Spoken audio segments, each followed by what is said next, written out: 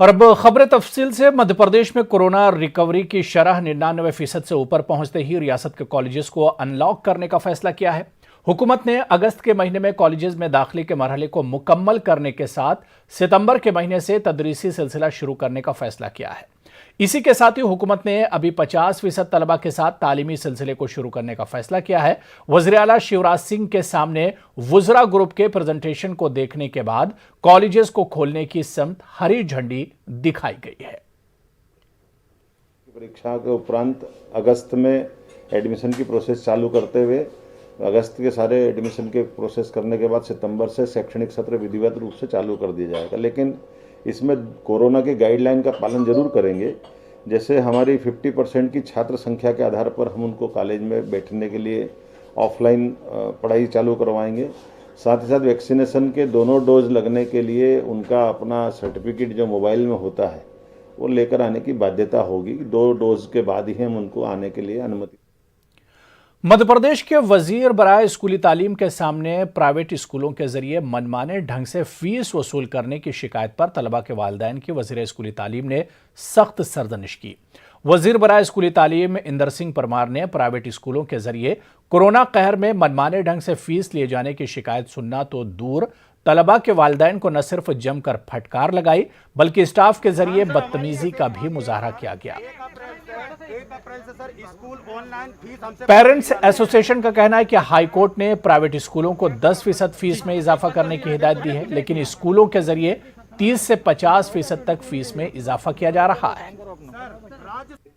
माननीय मंत्री महोदय जी आते हैं बाहर पोर्च में और गाड़ी के पास जाते हैं, हम लोगों की कोई बात नहीं सुनते हैं और कार में बैठने के लिए तैयार हो जाते हैं। और माननीय मंत्री महोदय जी का इतना गैर जिम्मेदाराना से आज बयानबाजी की और पालक महासंघ और उनके प्रतिनिधि मंडल और उनके पास ना जाने मंत्री महोदय जी ने बेतुका ना जाने क्या क्या बोला है। इसलिए पालक महासंघ अति शीघ्र बहुत जल्दी माननीय मंत्री महोदय जी के खिलाफ मानहानि का दावा करेगा। और उसके बाद उनके सुरक्षा गार्ड ने पालक संघ जो अभिभावक हैं बच्चों के, उनको धक्के देके वहां से हटाया। तो बड़ा ही बेशर्मी भरा कृत्य स्कूली शिक्षा मंत्री का सामने आया है कि किस प्रकार राहत की मांग को लेकर पालक संघ उनसे मिलने जाता है तो कैसा गैर जिम्मेदाराना रवैया अपनाते हैं। किस प्रकार से उन्होंने पालक संघ के लोगों को कहा कि जो करना हो करो, आंदोलन करना हो करो, मरना हो तो मर जाओ, हमें कोई फर्क नहीं पड़ता।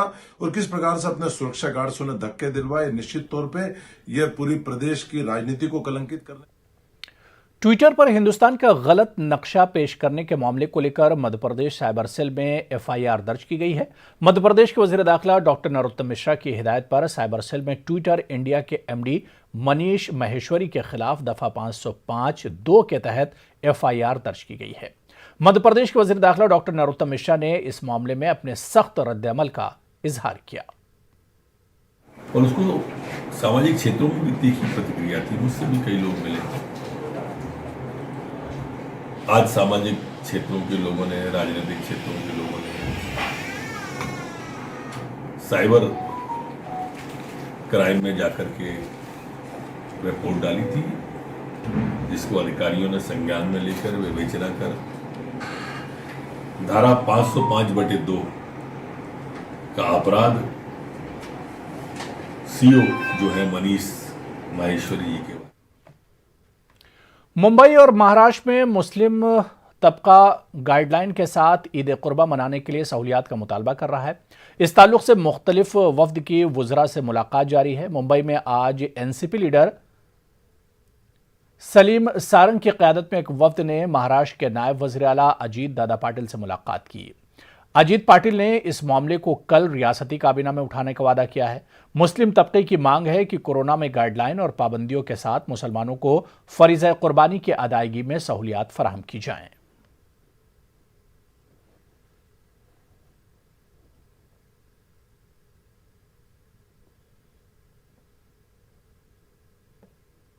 अजीत दादा जी से हमारी टाइम जयंत पाटिल साहब ने लिए थे। उनके लास्ट वक्त जो उनसे मुलाकात हुई थी जयंत पाटिल साहब से, उन्होंने अजीत दादा का टाइम लिया था और आज अजीत दादा ने बहुत अच्छे से हमारी बातें सुनी।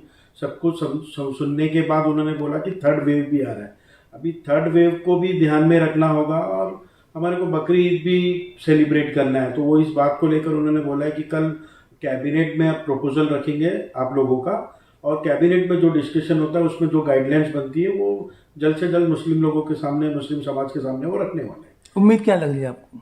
उम्मीद ऐसी है कि पिछले साल जो हुआ तो उससे तो बेहतर होगा ही होगा, लेकिन अभी ये जो डेल्टा वेरिएंट का जो इश्यूज आते जा रहा है वो ध्यान में रखते हुए उतना जो हमारी उम्मीद थी उतनी अच्छी तरह से तो नहीं हो पाएगी, लेकिन फिर भी काफी पिछले साल से तो। कोरोना की तीसरी लहर के पेश नजर औरंगाबाद जिले में गैर मुअय्यना मुद्दत के लिए जुज़वी लॉकडाउन नाफिज कर दिया गया है। जिला कलेक्टर सुनील चौहान ने इस ताल्लुक से बाज़ाब्ता नोटिफिकेशन जारी किया, जिसके तहत सुबह 7 बजे से शाम 4 बजे तक कारोबार की इजाजत रहेगी, लेकिन 5 बजे लॉकडाउन नाफिज हो जाएगा। लॉकडाउन के दौरान क्या सहूलियात मिलेंगे, इसका जायजा लिया हमारे औरंगाबाद के नुमाइंदे अजहरुद्दीन ने। औरंगाबाद में एक बार फिर जुज़वी लॉकडाउन नाफिज कर दिया गया है। ये लॉकडाउन शाम 5 बजे से लेकर सुबह 7 बजे तक नाफिज रहेगा। इस दौरान हुक्म इम्तना की खिलाफ वर्जी करने वालों के खिलाफ सख्त कार्रवाई की जाएगी। लोग बिला ज़रूरत अपने घर से बाहर नहीं निकल सकते।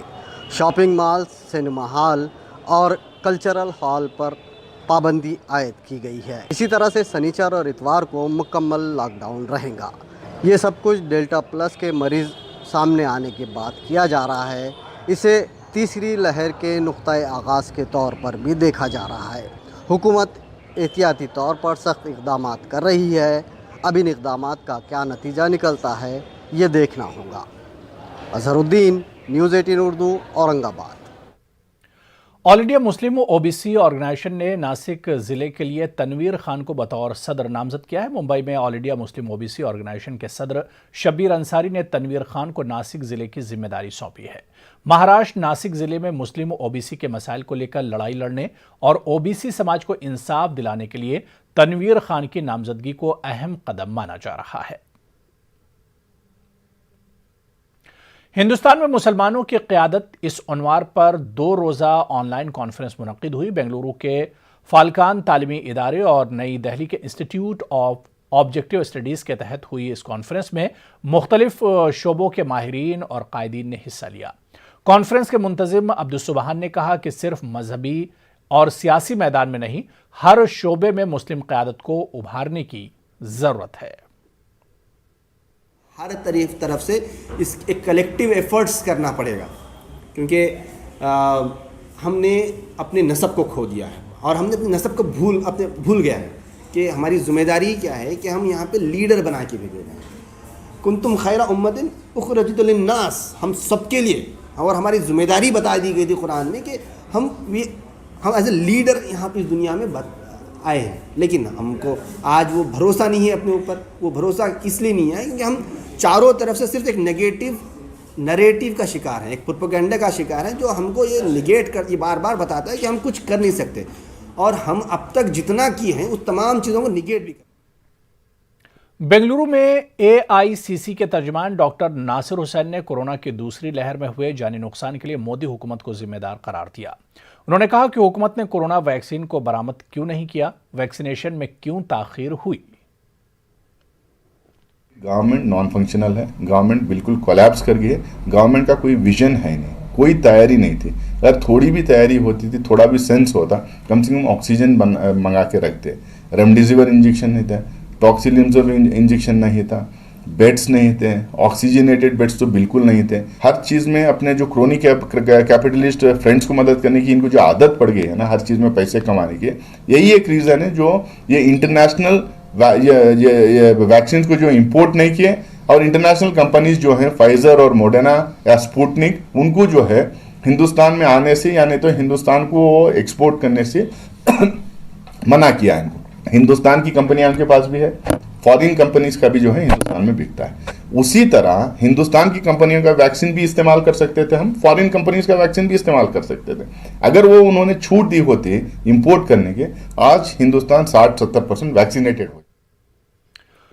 कोरोना वबा और लॉकडाउन के जहां मुज़िर असरात सामने आया, वहीं इस वबाई दौर में कुछ तंजीमों की पहल से बच्चों में पढ़ने लिखने का ज़ौक़ भी परवान चढ़ा है। मिशन मोहल्ला लाइब्रेरी के जरिए जो इक़दामात किए गए, इसके मुस्बत असरात ज़ाहिर हो रहे हैं। लॉकडाउन के दौरान मुख्तलिफ ज़बानों में बेहतरीन मज़ामीन तहरीर करने वाले होनहार तलबा और तालिबात को एक तहनीती जलसे में इनामात से नवाजा गया।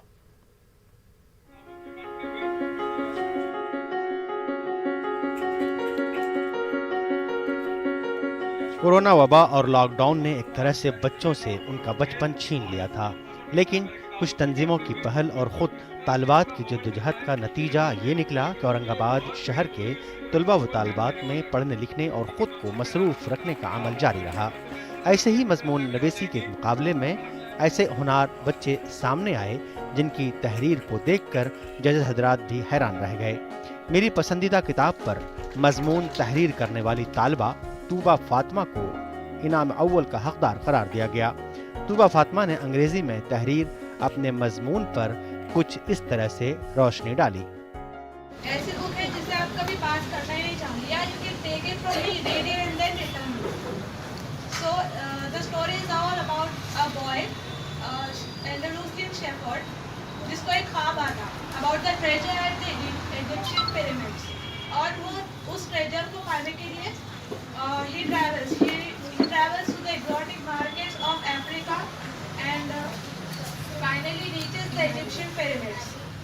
लेकिन जैसा बोलते हैं, as the saying goes, it's not about the destination, it's about the journey. So during his journey, he meets many different fascinating people, and he faces many challenges, ups and downs, and finally, at the end, he finds his treasure. एक छोटी सी कोशिश है, वो कोशिश ये है कि आप बच्चों के हाथों से मोबाइल छीना जाए और किताबें थमाई जाए। Faizam trust, fame, read and lead foundation और महफिल-उन-निसा बंगलुरु के इश्तराक से मुनक़िदा मजमून नवेसी मुकाबले में 4 ज़ुबानों में तलबा व तालिबात ने मज़ामीन लिखे थे। जलसे में होनहार तलबा व तालिबात को इनामात से नवाजा गया। इल्म हासिल करना वो अमल है जिससे अच्छे बुरे की तमीज़ आ जाती है, जिससे किरदार बनता है, शऊर बेदार होता है, ज़हन को वसअत मिलती है, सोच में निखार आ जाता है। ये सब वो चीज़ें हैं जो ज़िंदगी में कामयाबी और कामयाबी की ज़ामिन है। मैं आप सभी को बड़े फख्र के साथ ये बताना चाहती हूँ कि रीड एंड लीड फाउंडेशन ने हम खिलौने वालों की ज़िंदगी को एक नई किरण से आशना करवाया। रीड एंड लीड फाउंडेशन की तरफ से एक ऐसे कंपटीशन मजमून नवीसी का मुकाबला जो मशहूर समाजी खिदमतगार जुल्फ़िकार हुसैन के नाम से लॉकडाउन में बच्चों को मसरूफ़ियत के लिए मुनाक़िद किया गया था, जो 4 ज़बानों में लिया गया था, उर्दू, हिंदी, मराठी, इंग्लिश, जिसमें 30 बच्चों ने शिरकत की। बच्चों ने ऑनलाइन भेजा था। उन सबको आज हमने जो है फैज़-ए-आम ट्रस्ट और फेम की तरफ से तकसीम इनामात का जलसा मुनक़िद किया गया, और हमें बड़ी खुशी हुई कि बच्चों ने इतने अच्छे अंदाज में इतनी अच्छी रेटिंग में मजमून लिखे। हमें उम्मीद है कि आइए अगर इस तरह मेहनत करते रहे बच्चों पर तो एक बहुत अच्छे लेखक बनेंगे, मुसन्निफ़ बनेंगे। कोरोना वबा के दौरान तलबा व तालिबात ने मुताले का ज़ौक़ परवान चढ़ाने के लिए मिर्ज़ा मरियम जमीला नामी तालिबा की काविशों से औरंगाबाद शहर की बस्तियों में अब तक 11 लाइब्रेरियाँ कायम हो चुकी हैं। ये लाइब्रेरियाँ खालिस बच्चों के लिए हैं। इस तहरीक के असरात मजमून नवेसी के मुकाबले में वाज़ेह तौर पर देखने को मिले। इसीलिए तो किसी शायर ने कहा है, लोग चुन लें जिनकी तहरीरें हवालों के लिए, जिंदगी की वो किताबें मोतबर हो जाइए। न्यूज़ 18 उर्दू के लिए औरंगाबाद से अजहरुद्दीन की रिपोर्ट। मुंबई के मीरा रोड के नयनगर अहाते का एक वीडियो सोशल मीडिया पर तेजी से वायरल हो रहा है, जिसमें बल्दिया के ओहदेदार और पुलिस इंतजामिया के ओहदेदार सड़क पर सब्जी बेचने वाले की गाड़ी को तोड़ते नजर आ रहे हैं। वायरल वीडियो में गरीब सब्जी वाला अफसरों के हाथ जोड़कर अपनी बदहाली का वास्ता देता रहा, ताहम पुलिस एहलकार और बल्दिया के अफसरान इक़्तिदार के नशे में चूर रहे और उनका दिल नहीं पसीजा, और वो अपने माजूर मगरूर रवैये का तारुफ कराते रहे। हालांकि कोरोना वबा के दौरान बड़े लीडर और अफसरान खुद गाइडलाइन की खिलाफ वर्जी करते नजर आते हैं, लेकिन उनके खिलाफ कार्रवाई करते हुए ये अफसरान और पुलिस भीगी बिल्ली बन जाते हैं।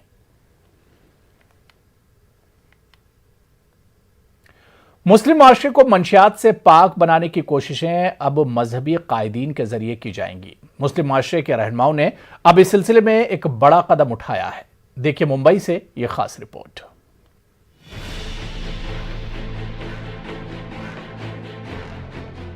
माशरे में जिस तरह से नशा फैल रहा है, उससे मुस्तकबिल में नौजवान नस्लों के लिए बहुत सी मुश्किलात खड़ी हो सकती हैं।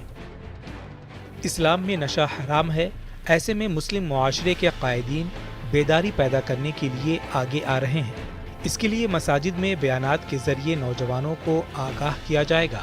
मुंबई की जामा मस्जिद के मुफ्ती अशफाक काजी ने कहा है कि कुरान और हदीस के जरिए लोगों तक ये बातें पहुंचाई जाएंगी और मुस्लिम नौजवानों से अपील की जाएगी कि वो मंशियात से दूर रहें।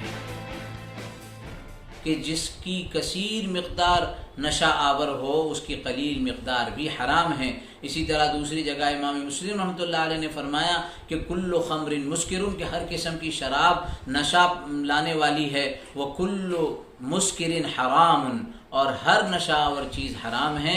उम्मत इस्लामिया को इससे बचना चाहिए। उलमा और अइम्मा इस सिलसिले की फ़िक्र पहले भी करते रहे हैं, आइंदा भी करेंगे, ताकि वो बच्चे जो नशे की लत में पड़ गए हैं किस तरीके से मोहब्बत से, हिकमत से, इस्लामी तालीमात से और दीनी फ़िक्र व नज़र के ज़रिए से उनको उस बुराई से बचाने की फ़िक्र की जाए। खुतबे जुमा के ज़रिए से, फतावा के ज़रिए से, वाज़ व नसीहत और बयानों के ज़रिए से, इसी तरह काउंसलिंग के ज़रिए से उनको समझाने और उनकी फ़िक्र करने के ज़रिए से। नीज़ वो बच्चे जिनका इस माहौल की वजह से और इस तरह के दोस्तों की वजह से इस बुराई और इस लत में और इस खबासत और इस ज़ालत में पढ़ने का अंदेशा है, उनके बचाने की भी तदबीरें इख्तियार की जानी चाहिए।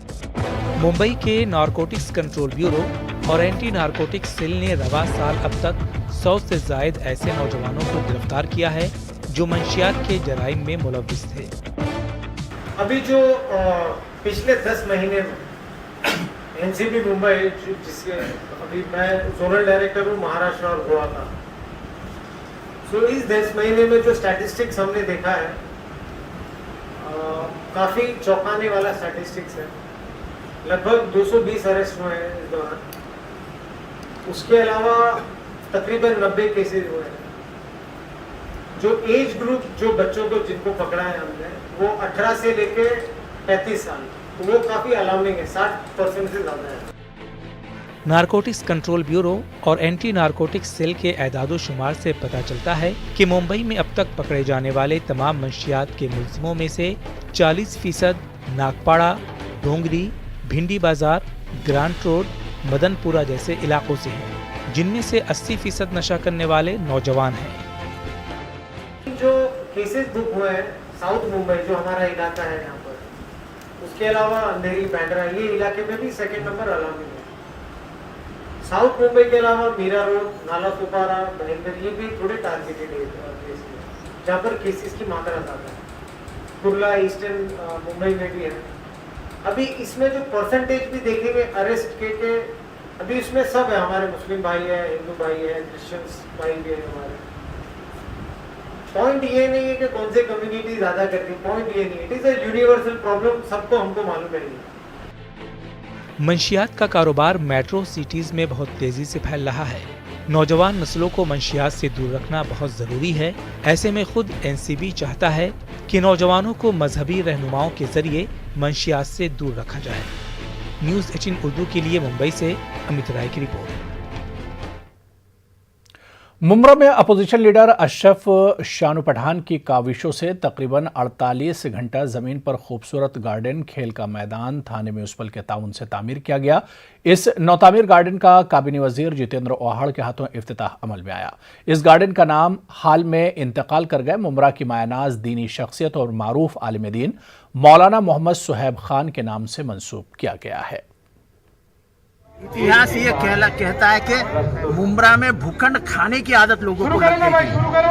बहुत कम भूखंड है जिसका इस्तेमाल लोगों के लिए किया गया। अभी मुझे ये आनंद है कि ये जो भूखंड था घासवाला के एरिया में, ये स्कूल के लिए, गार्डन के लिए आरक्षित था। शानू ने उसके ऊपर ये बना दिया है और ये भूखंड आरक्षित कर दिया है। और 2-4 जगह है जो मेरे नज़र के सामने है, वो भी आरक्षित की जाएगी और उसके ऊपर भी कुछ ना कुछ अच्छा आएगा। वो दिन चले गए कि आरक्षित भूखंड के ऊपर 5-5, 6-6 मंजिलों की इलीगल बिल्डिंग बनाओ, वो वक्त चला गया। महाराष्ट्र के सनती शहर भिवंडी में पुलिस का मुजरिमीन के खिलाफ मुसलसल क्रैकडाउन जारी है। इस बार पुलिस ने मुख्तलिफ मुकदमात के तहत शहर के अलग अलग जगहों से तकरीबन 8 मुलजिमीन को गिरफ्तार किया।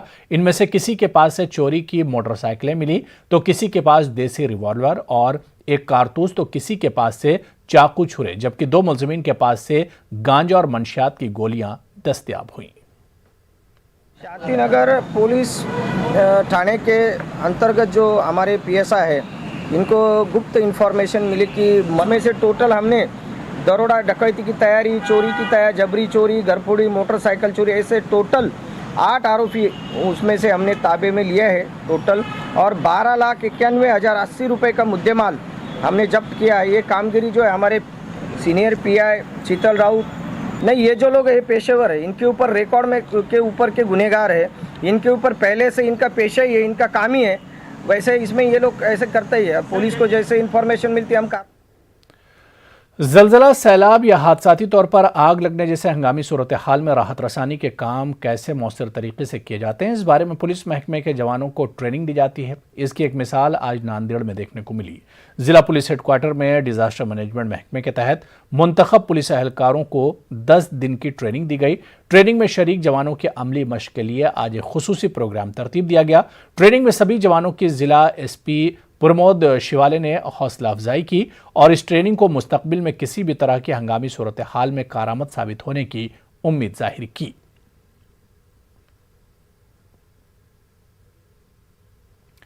कोरोना वबा के दौरान बाहिमी इमदादो इन्हिसार का जज्बा मुस्तहकम हुआ है। मुल्क इस वबा से मुत्तहिद होकर मुकाबला कर रहा है। टीकाकारी के ऐलान के बाद हम बेहतर ताउन करें जिससे हम कोरोना को मात देने की जानिब कदम बढ़ा सकें। नेटवर्क के टीम इस मुहिम में हर कदम पर आपके साथ रहेगा। जब तक सभी महफूज नहीं तब तक कोई महफूज नहीं होगा। इसी सोच की बुनियाद पर हमारी मुहिम संजीवनी का मकसद ये यकीनी बनाना है कि वैक्सीन पाना सभी हिंदुस्तानियों का हक है।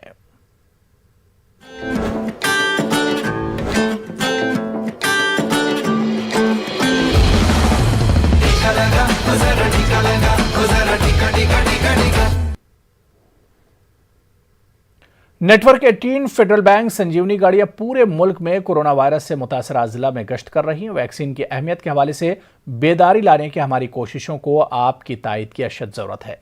आइए एक नजर डालते हैं कि संजीवनी गाड़ियां किन इलाकों में हैं।